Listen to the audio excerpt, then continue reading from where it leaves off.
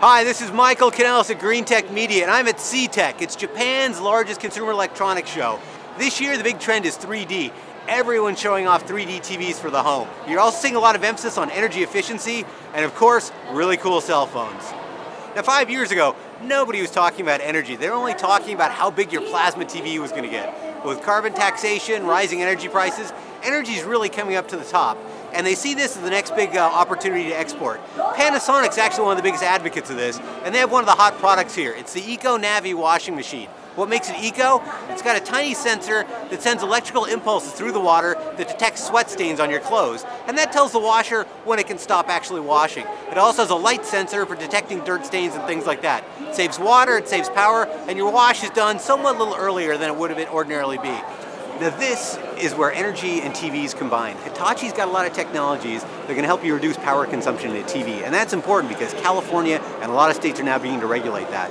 With this TV, when you walk away or if you fall asleep, the TV senses that your face is no longer looking at the TV and it shuts off. It goes from using about 300 watts to just 10 watts, and that can add up over a long year. Imagine just getting how many times you get up during a program.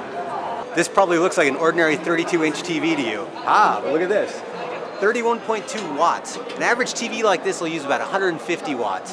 How are they doing it? Hitachi's invented a thing called a hot cathode fluorescent light. Now basically what that means is they only have 2 light bulbs in this TV set. Ordinarily you might have to use 10 or 15 to get the ordinary kind of illumination. By cutting down the number of light bulbs, you can get to these low power states.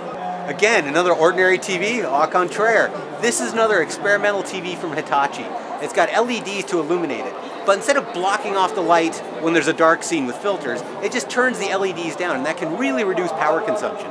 Now this is Sharp's vision of the home of the future. In this home, you're going to have DC power, so it doesn't have to be converted to AC. It'll cut your power bills about 10%. You can charge your electric car there. And one of the key elements is going to be LED lights. That's what's going on in the background, those green, blue, yellow things going on. LEDs use about 1/10 of the power of a regular incandescent bulb, and they're finally getting cheap enough. Sharp just put out a bulb, actually, that's only $40. That's half the price of the bulbs were a year ago. Because they're so small, you can put a bunch of them into a light fixture and get color effects.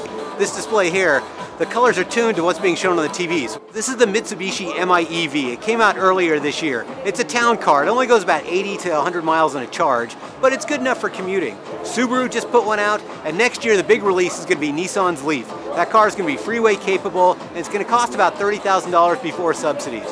Consumers like this, the price has got to come down, but there's clearly a lot of interest in it.